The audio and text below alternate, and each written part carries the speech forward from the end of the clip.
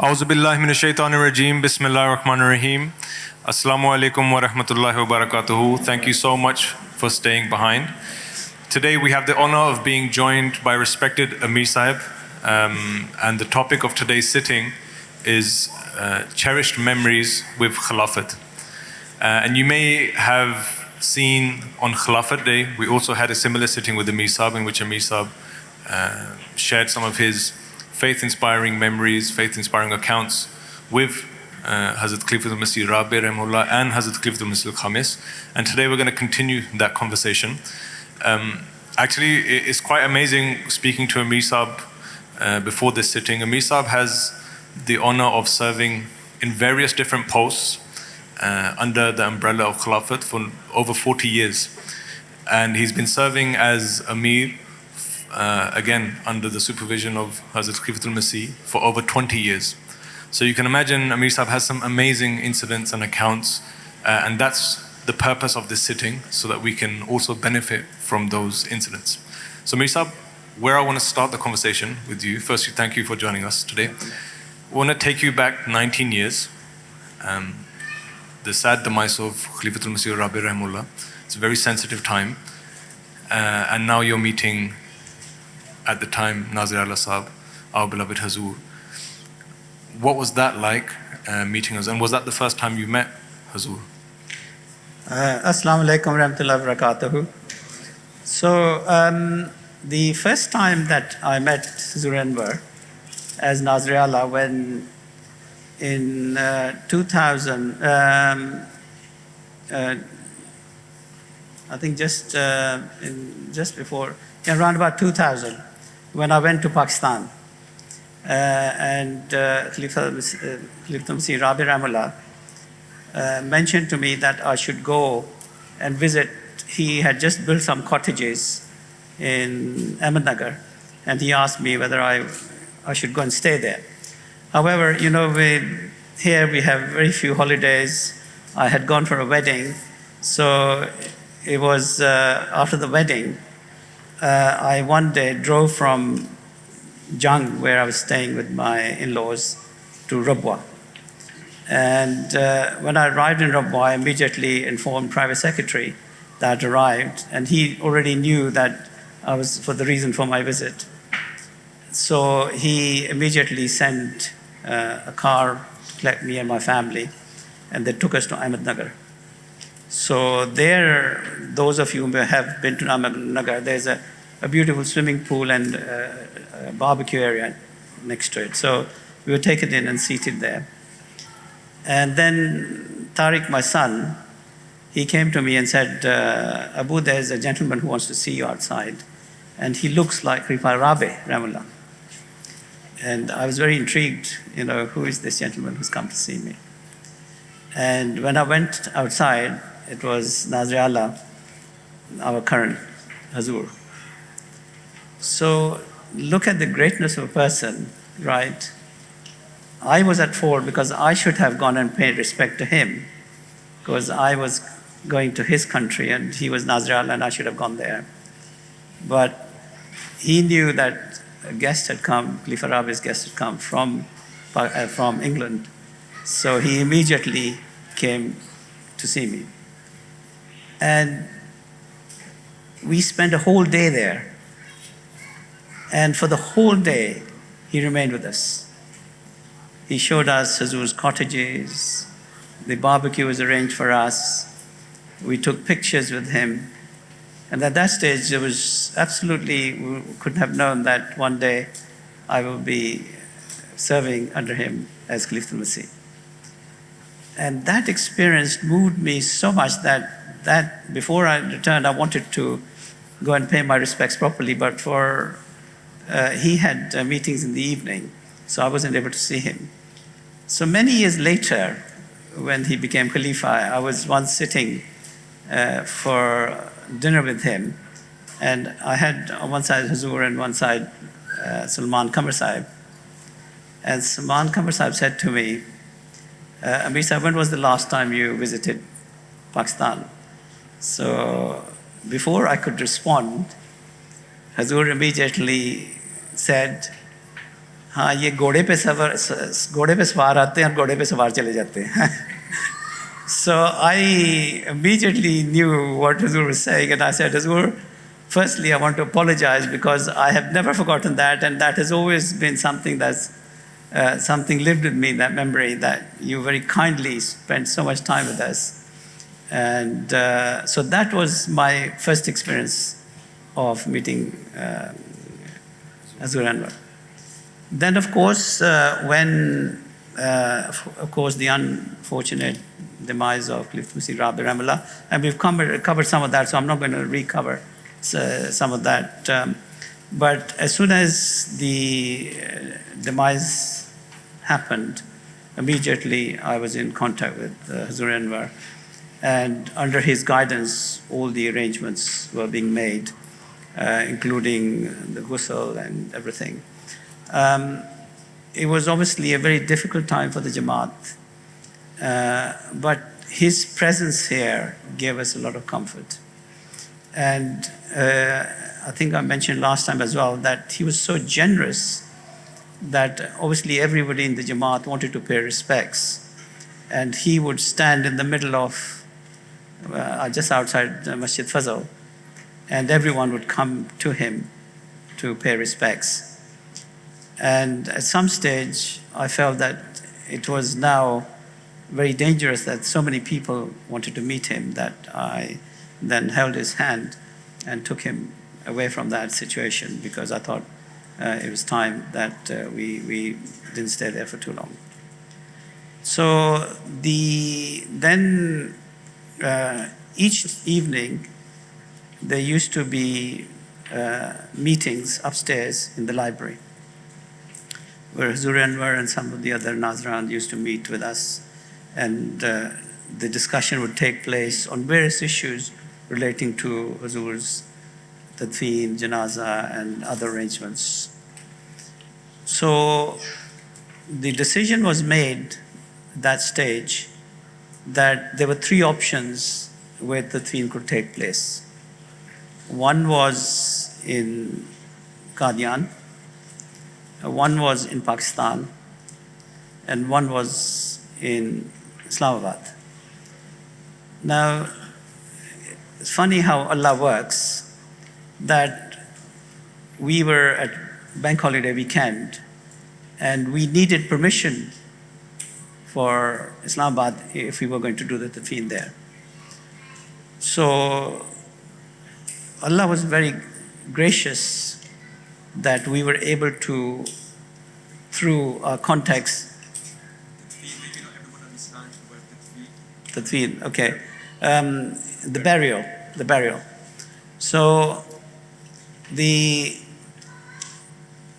local authority, obviously, because it was a bank holiday, it was very difficult to contact them. But alhamdulillah, we through our contacts, we were able to get in touch with them.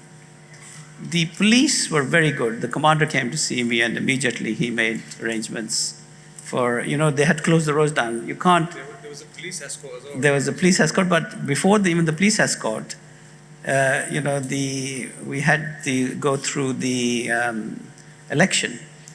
And of course, there were so many people there, 30, 40,000 people, everyone was there, that the roads had to be closed down. And without police authority, you can't close the roads down because everything. The local church was very good with us. They had given us the fields, the school fields. So alhamdulillah, that's where we were able to feed people. But otherwise, the whole roads were closed down. And of course, people were arriving from throughout the world. Now here, another interesting thing that happened is that because it was a bank holiday weekend, people from around the world want to come for Huzur Janaza. And of course, all the embassies were closed. And we got calls from different parts of the world saying, look, we're trying to come, but we can't. But then we were told that here there was our Member of Parliament was Tony Coleman. And as soon as the demise took place, immediately I contacted him and immediately he came. And the great thing is that this happened on Saturday, So people started going to the embassies on Saturday to get visas. And the Japanese, for instance, delegation told me when they came, they said they went to the embassy and the embassy said to them, zero chance that you can get any visas. There's a bank holiday weekend. Come to us on Tuesday when we finish and then maybe we'll see. But then he said that the very following day, on Sunday, we got a call from the embassy saying that we have instructions from the UK that we have to issue visas immediately. And immediately they went back and the visas were issued. And similarly, in Germany, I was told that the German consulate opened, and in fact, they were using Archodam to process the visas. So there was so much cooperation from the British government everywhere around the world. So then people started arriving from various parts of the world. And of course, Hazur Anwar and the various Nazran came and we went to receive them at the airport. And then, as I mentioned, we had these meetings and this decision was made that the final decision of where Hazur is going to be buried will be made by Khalifatul Masih. So then, of course, the day of the election came, and the last two people to enter the mosque was Hazur Anwar and myself. We entered the mosque at the end, and we sat right at the back. Now, I cannot go into details of what happened in the Electoral College and what, because those are confidential details. But of course, Hazur was elected, and when the announcement was made, I think everyone saw that when Hazur Anwar asked everyone to sit down inside the mosque, the whole world sat down. And by the grace of Allah, MTA captured that scene, and that will always remain a memory in our for us of the atat that the Jama'at showed to Hazur Anwar. Then, as we came out of the mosque after the election, Hazur first went upstairs where Khalifatul Masih Rabia used to live, and Hazur went to pay respect to the family. And then from there, Hazur Anwar came, and his arrangements, at that stage, we didn't know who the Khalifa was going to be, but arrangements had been made in 41 guest house that whoever becomes the Khalifa will go there. So myself, Mia Khurshid Ahmed Sahib, and Chaudhry Hamidullah Sahib, the three of us accompanied Hazur Anwar to 41 guest house. And there I had to formally ask Hazur, this was his first instruction to me, to answer your question. I asked him, Hazur, where should the tadfeen take place of Khalifatul Masih? And that is when the decision was made that it should be in Islamabad. And by the grace of Allah, by that time we had been able to secure the permission to be able to bury. This is all done over the bank holiday weekend. So then the following day was when the funeral would take place. And in the morning, the first thing was that the car carrying Hazur's body left. And as most of you will recall, the police cooperated with us so much that they closed down the A3. And, with full honors and respect, the procession went towards Islamabad.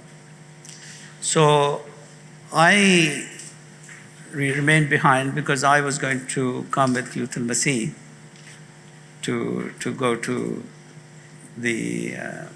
Islamabad.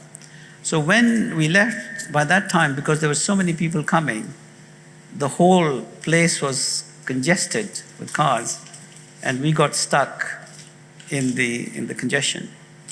So then I rang Nasser Khan Sahib and I said, please do something. We are stuck here. It could be ages before the whole procession goes in. Get us out of here. So the police came immediately, and they escorted us the other way. They took us out of the traffic and escorted us the other way around and brought us from the other side into Islamabad. And then, of course, I think Janazah took place and Huzur for the first time addressed the whole international Jama'at. And then afterwards, after one of the things that Huzur had said that because we are going to bury Surya Anwar amanatan, temporarily, so a proper room was made and the coffin that was purchased was a special lead coffin that doesn't deteriorate in time, so that we can eventually take that to Qadian, if that is eventually where the final burial will take place. Because even in Rabwa, remember that the Khalifas there are also buried as amanats. So afterwards, after we finished, then we came back to Huzur's house, which is not 41, in Islamabad, the old guest house, which is now called, what's it called? Sarai Mohabbat, yes, Sarai Mohabbat. So we came there, and then Tony Coleman came and sat with Huzur, and Huzur thanked him for the excellent cooperation that we received from him and the government during that period. So that was, there are lots of, I think I've already mentioned some of the things. Some of the challenges we had, for instance, is that because Huzur Anwar was on the first floor when he passed away, and when, after ghusl and everything, when we were going to bring down the body into the into the Mahmud Hall, it was very difficult to negotiate through the stairs, so we had to take the glass down from the first floor and bring the body down from that point. So, Akram, as you've mentioned, after the election, the first priority was the funeral. So now the funeral's taken place, things are somewhat getting back to normal. What was that period of time? The mic's not working.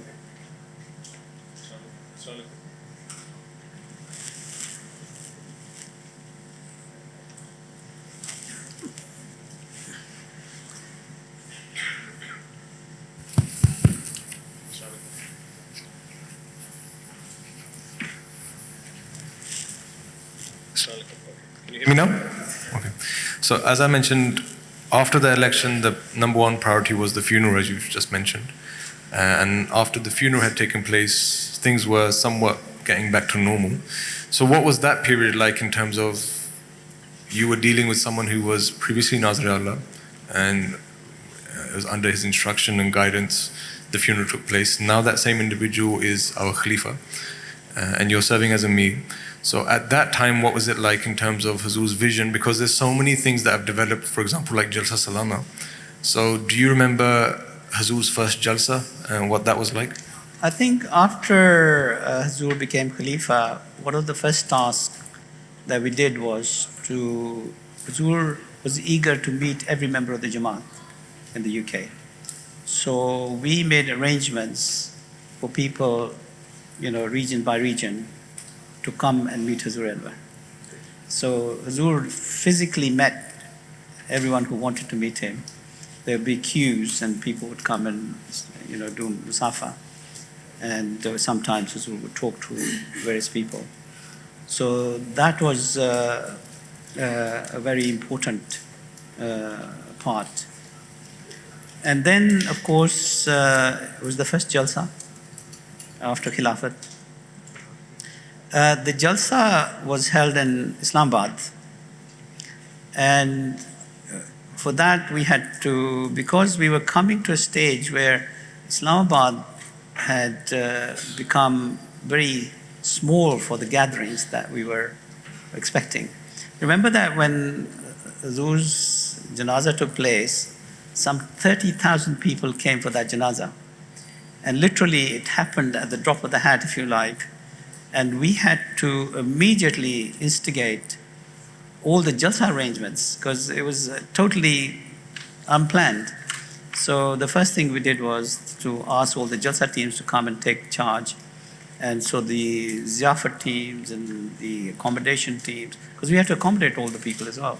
So we had very quickly marquees were put up in Islamabad to accommodate all those people. So then comes the Jalsa. And of course, that was the first Jalsa. And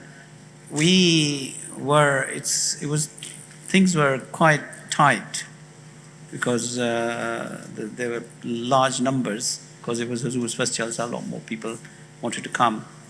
So at that stage, we had made plans that probably was going to be the last Jalsa in Islamabad. And that Jalsa, because of the tight place, we actually had to build a bridge. Some of you might not remember, you might be all too young. We found, because we couldn't park on site, there just wasn't parking, so we managed to find a field on the other side of the road. And because it was a very busy road, it was dangerous for people to cross the road. So we actually got the army to come and build a bridge to take people across to the other side. So the parking took place. So it just shows you how tight things had become. So then, of course, the next Jalsa, we decided that we would hold the next Jalsa in Rushmoor. That was the army. Now, the thing was that this was the year when the bombings took place in London, the 7/7 bombings. And we were right in the heart of the British Army. Aldershot is the British Army hub, if you like. And the field that we wanted belonged to the army.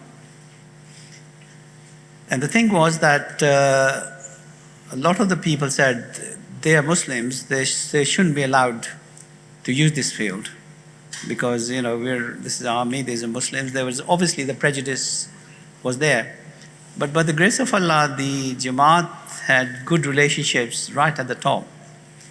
And when the matter went right to the top, they said, no, immediately the answer was, no, these are Muslims that we want to encourage, and therefore we were given permission to hold the Jalsa there.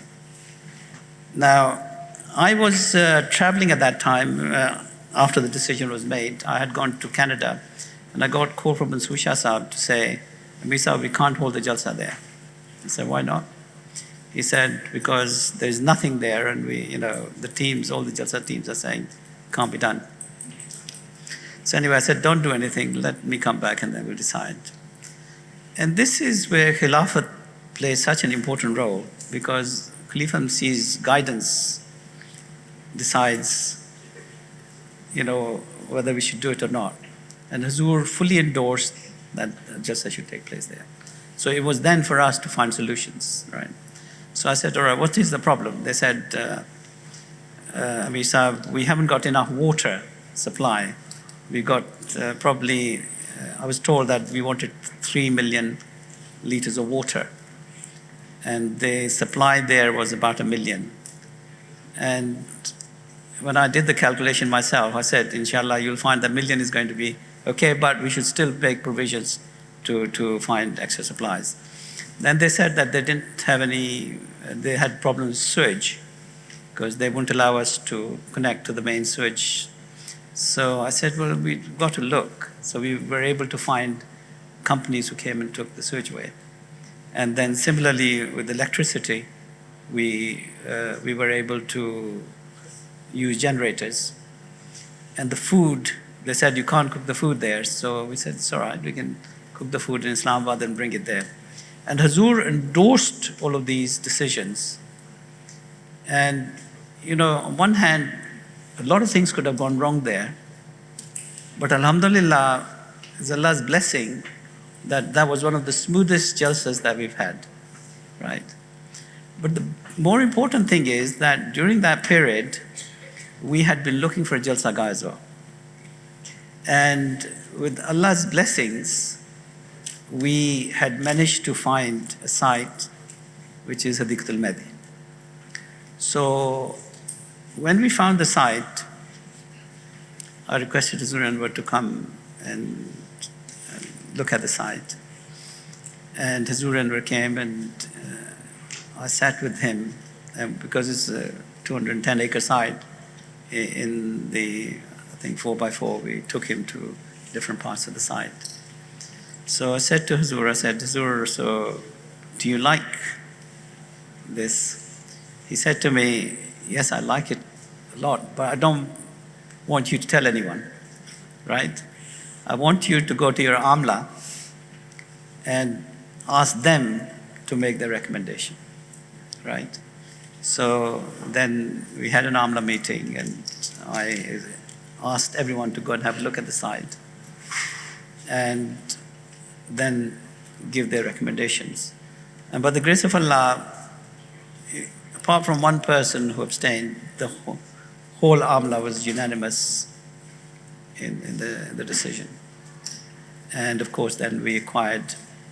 Now, when we did the Jalsa at Rushmoor, I thought, we've now got this right. We've got the whole thing planned, and we know what to do.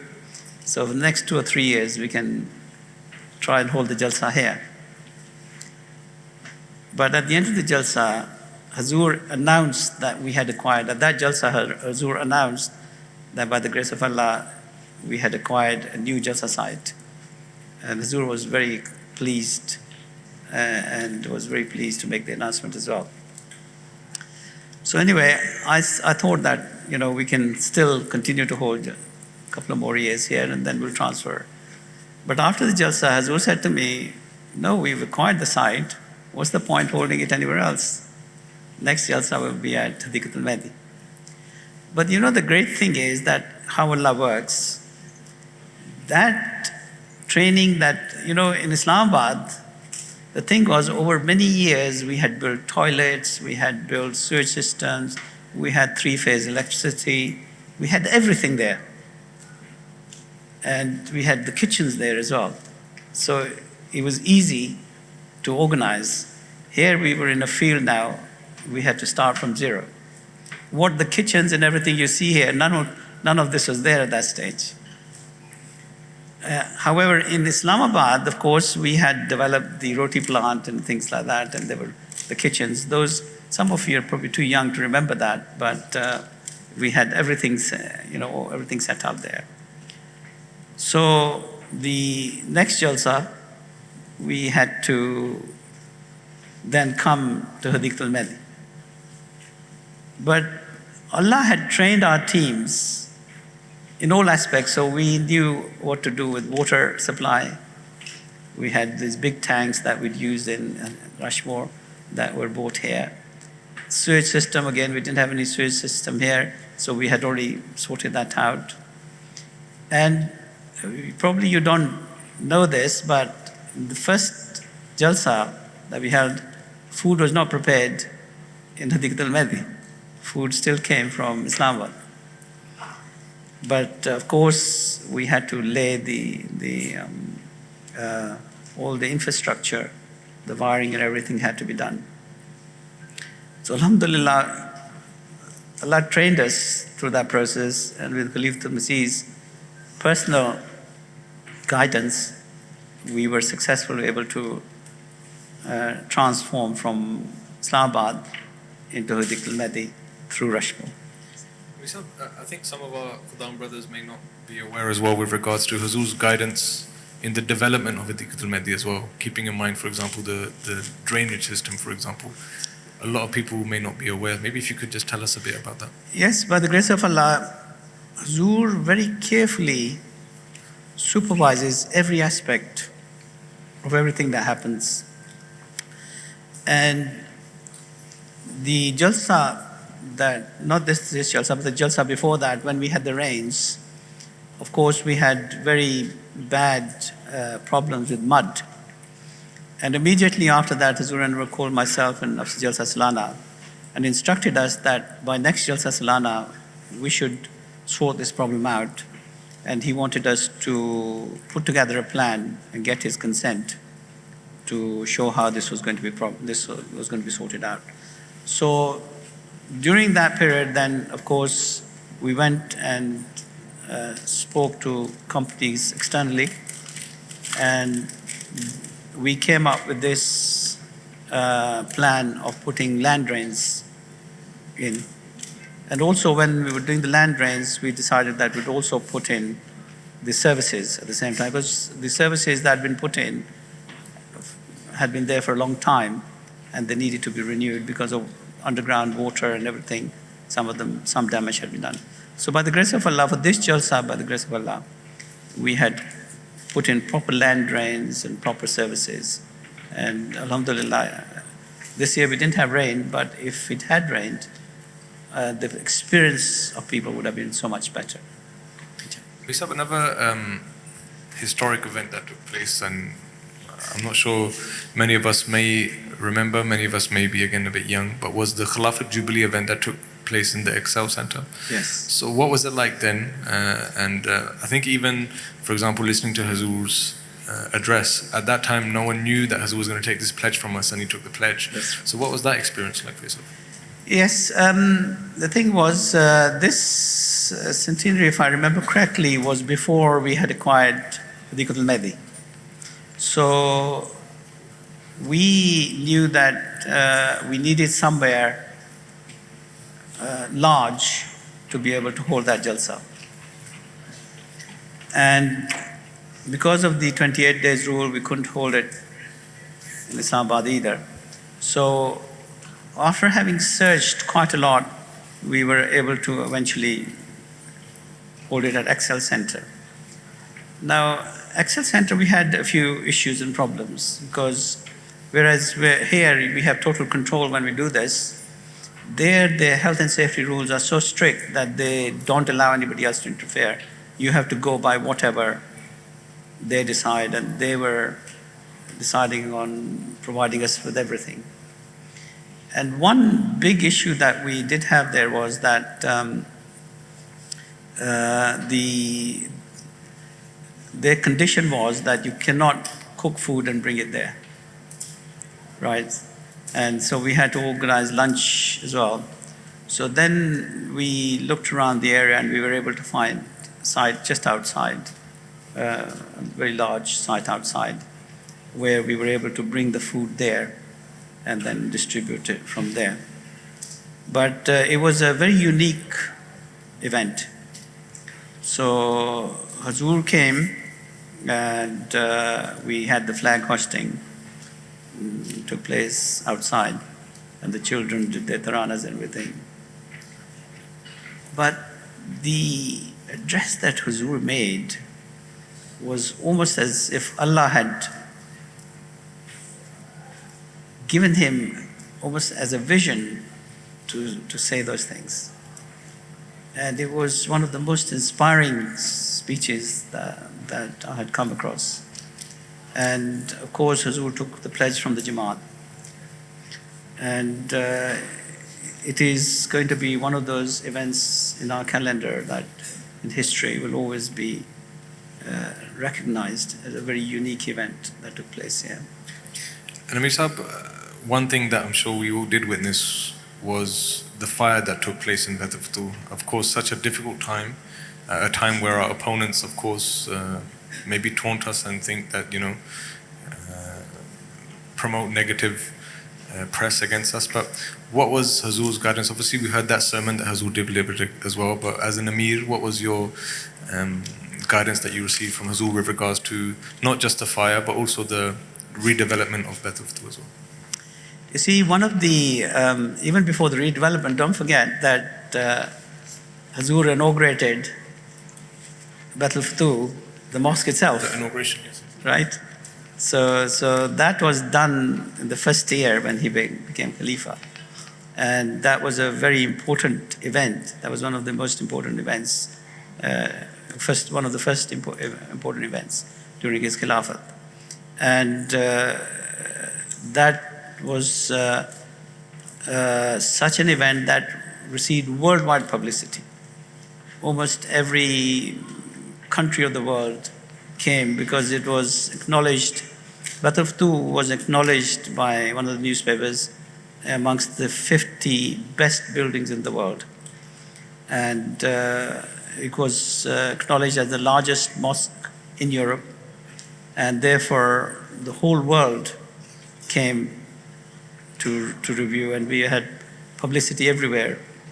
And Hazur's speeches and everything got a lot of coverage during that period. So that was a very important part of our history here. And then after that, a number of journalists came and interviewed Hazur directly as well. And the Times magazine did a special section on Hazur as well. And also the Independent newspaper also did a column on Hazur.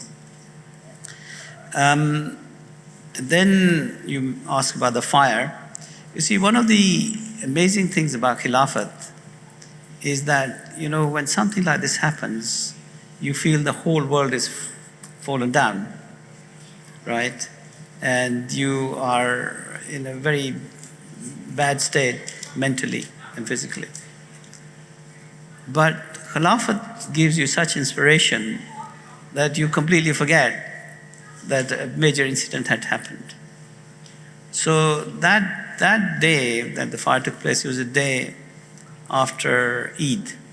It was the following day from Eid. And I was going somewhere and I got a call and got diverted immediately to Baitul Futuh. And when we came there, the fire service had just arrived, and we sat down with all the fire officers in that security room downstairs. And firstly, they, rather than tend to the fire, they first want to see what is there. So all the plans came out, we told them, and then they asked us what were the important parts that that we wanted to save. And we told them that the MTA section and the exhibitions and things, because the main wing where the offices were and the Nasser Hall, Noor Hall was already in fire. And because the way the construction took place at that stage, although they were very strongly built buildings, but there were so many voids that the fire just very quickly went across everywhere. So then they came and they actually came from the other side of MTA, and there was one door. If that fire had come through that door, it would have consumed all of that area. So literally the firemen stood behind that door, and even there was a window that cracked, but they controlled the fire from coming into that area. And the other exhibitions and things, they managed to control that area. But they allowed the rest of the fire to burn out because there was very little they could do. They were pouring water on it to keep it under control, but there was very little. And of course, we were very upset by what had happened. And Hazur's comments were, do not worry, inshallah, we will build something beautiful here. And on Friday, he mentions this, that it was reported that some of the RMDs had said Alhamdulillah when they saw this fire, and they were only upset that the whole complex hadn't burned down and the mosque hadn't burned down. And Hazur Anwar said that inshallah we'll build a beautiful building here, and not only will we say Alhamdulillah, but we will also say MashaAllah.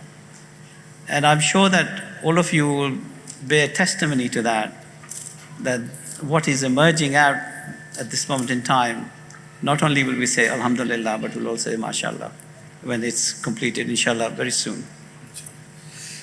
And one other, there might be some young, as well, young Atfal, older Atfal, young Khudam, who may be thinking about going to Jamia. Jamia was also established in the UK under Hazur's guidance. So what was that like, and how has that developed under Hazur's guidance? So basically what happened here was that our Waqf-e-Nau team decided to take a delegation of children to Rabwa and Qadian. And I accompanied them, but before we left, there were about 25 or 30 young boys who were going. So I asked them, I said, how many of you would like to go to Jamia? And only a couple of them put their hands up. So when we came back from Pakistan, we had a sitting with Hazur Anwar.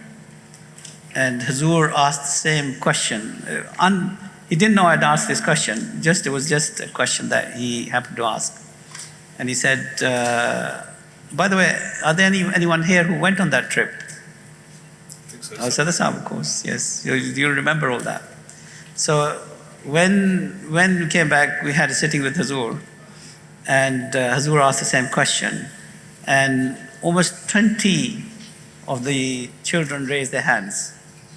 And there and then Hazur said to me, Ameer Sahib, right, start a Jamia in the UK, right? So we didn't have anything at all. We didn't have, and I didn't know where to start.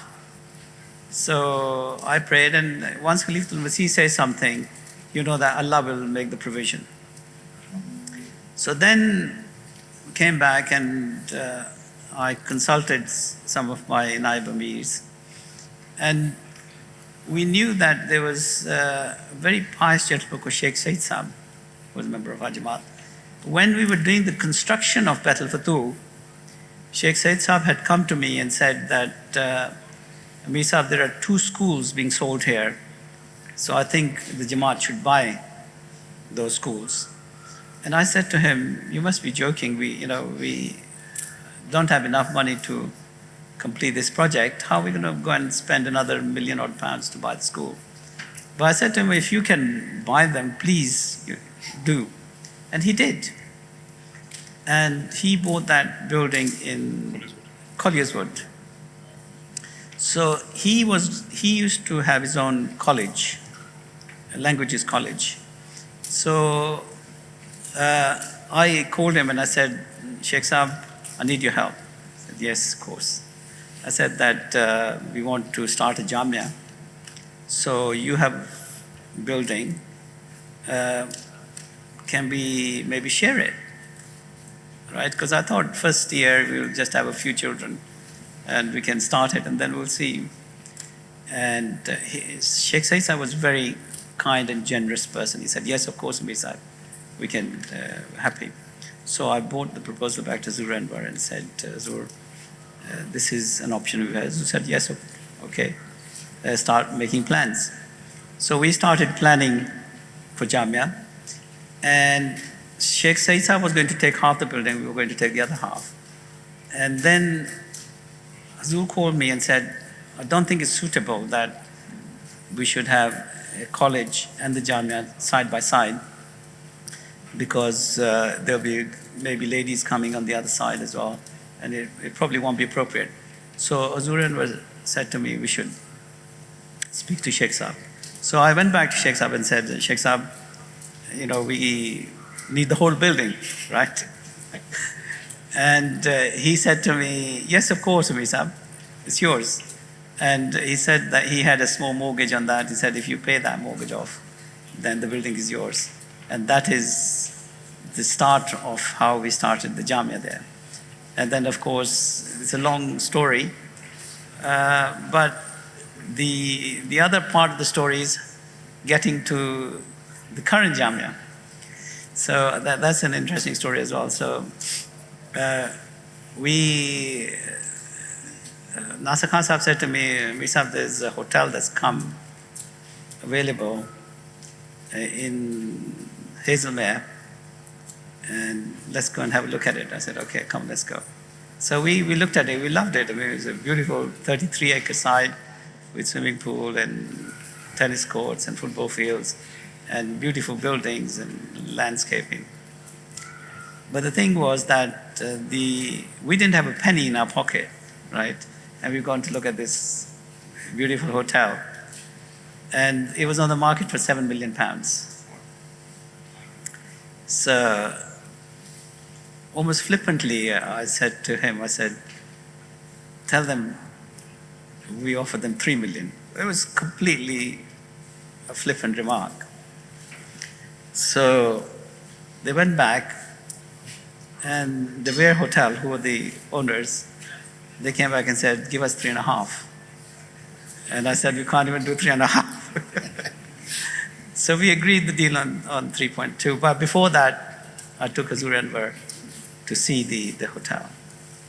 And Hazur loved it. And Hazur said, if you can, of course, we should acquire it. So once Hazur said, then, in fact, I think that the offer went after Hazur had been there. And once Hazur said that Allah was going to make it available, but even then, we didn't have any money in our bank at all to acquire it. The only thing we did have was the old building, Collier's Wood. So we decided to put it on the market. And a couple of schools came and offered us £1.5 million. Then I found out that the local authority wanted a school. And I, of course, knew the chief executive very well, Stephen Lambratis. So one Friday I said to Nasser, come on, let's go and see him. So we went, and he was, of course, he loved us, and he immediately called us up to his room, offered us tea and coffee, and said, how can I help you? I said to him, I hear you want a school. He said, yes. I said, we have a school. There's only one condition, that we want a decision within a week, right? The impossible odds throughout. Said week, and we want £3 million for it, right? And this is all Khilafat's blessing. This is nothing to do with us. If it's only when Allah wants things to happen that it happens. And it is because Hazur wanted it, Allah enabled it. Always remember that. It's nothing to do with any one of us. So he said to me, all right, give me 1 week. I'll have the building surveyed, and then I'll let you know. I said 1 week only, because I knew that we would lose the deal. So 1 week later, he came back and said, look, we've had the building survey. There's £100,000 of work to be done. I can only offer you 2.9 million. I said, done. So this is how Allah works. When Khalifatul Masih says something, then it is Allah who enables the thing to happen. And, all of these things are the blessing. I mean, I've always said that, when Khalifatul Masih came to this country, and I continue to repeat that because you have to understand where we were. When Khalifatul Masih, Rabi Rahmatullah, came to this country, at that stage, our first Jalsa took place in Mahmud Hall. Yes? And everyone knows Mahmud Hall. And the final session, as we went, we held it in the Surbiton Recreational Center, where we had 1,500 men and 1,500 women. Right? And that was where we started this journey. And now, by the grace of Allah, you've seen how at that stage we didn't have any funds. We used to, every little thing we had to try and manage whatever we could. And then the next year, when we bought Islamabad, we thought 25 acres, such a big site. Oh, we're going to do it 25 acres. We never, in our wildest dreams, we never thought that we could have such a big place. But Allah had His own plans. Then, when we acquired it, we could have never known that one day this will be the international center and Qasr Khilafat will be there. But Allah already had His plans. And Allah had already decided when we acquired in 1985 that this was going to be the center of the world. So this is the relationship with Khilafat and with Allah, that how Allah guides things and plans way in advance. And this is the journey we're on. It's amazing. To see the blessings of Khilafat, especially I remember Azul mentioned this. Can you hear me? It's amazing to hear the blessings of Khilafat. And I remember Hazul mentioned this, I think, on the sermon before he left for Islamabad. That it's God's plans, and He does it through the Khalifa in the sense that now our center, Jamia, Hadikatul, everything now is centered in and around each other. We couldn't have planned it if we wanted. That is where you see, it was Allah's plan. When we bought Hadikatul Mahdi, we never knew that Islamabad was going to be Qasr Khilafat. And we bought Jamia, we never knew that again the same. But Allah's planning was in motion, and Allah had already planned these things. And only Allah knows where our next expansion is going to be. But one thing is guaranteed, that Allah the Almighty has plans for this Jama'at. And He's had promised to the Prophet that, will spread to the corners of the earth. One of the things I often say is that Allah's plans we don't always understand. You see, first Allah created Pakistan so that Khilafat could move out of Qadian to come to Pakistan, where huge progress took place. Through the League and everything, a lot of people joined the Jama'at.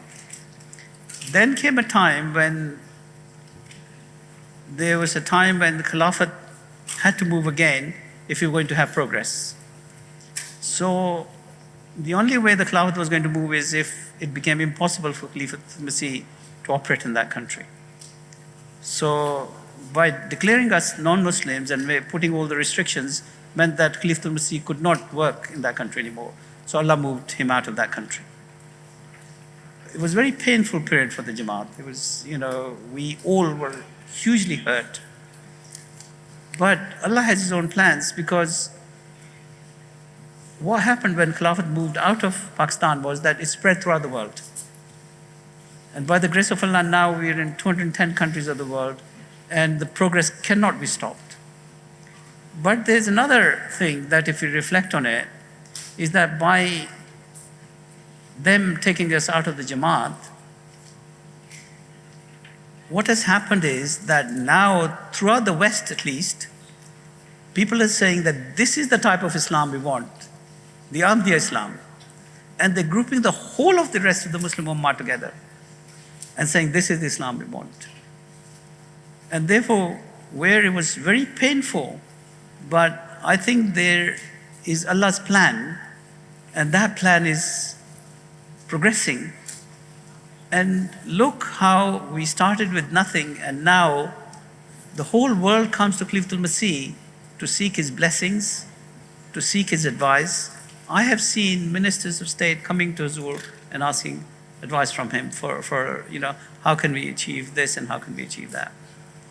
And when Khalifatul Masih Rabi Rahimahullah came first here in the country, and I've told this story many times, we had a religious Founder Day function. And we invited some religious leaders, and we invited the mayor of Wandsworth. And when the mayor said yes, we thought we'd won the Nobel Prize, that mayor was coming to our function, right? And today, if you look at it, we have ministers, we have world leaders, and we haven't got time to even give them time to come and say something on our stage. And this shows the blessings of Khilafat. This shows how in a very short period of time, just because of Khilafat, if Khilafat hadn't come here, we would have been a sleepy Jama'at sitting there doing nothing. But Khilafat came, and the inspiration that Khilafat brings with us, and every one of you who is now so involved with the Jama'at, it is through the inspiration of Khilafat. I have seen people who have gone and met Hazur Anwar for 1 minute, and that 1 minute will last them for the whole of their life, that inspiration they got from him. When I was in Qadian, for instance, when I was with Hazur Anwar, I was standing in the crowd when Hazur was going towards the Bashti Maqbara. And there were people standing next to me who were wishing that Hazur just looks in our direction. They were never going to meet Hazur. But if Hazur, they caught somebody's eye, they felt that they had won everything.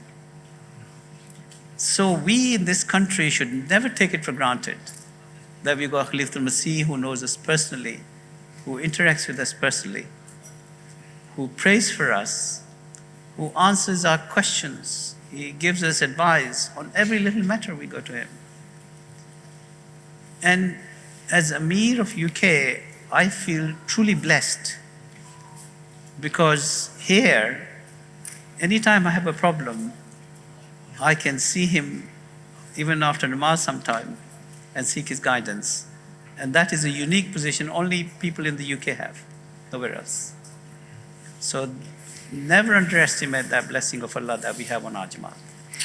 Misab, sadly, we've come to the end of this session. We'd like to take this opportunity on behalf of all of us to thank you for your time.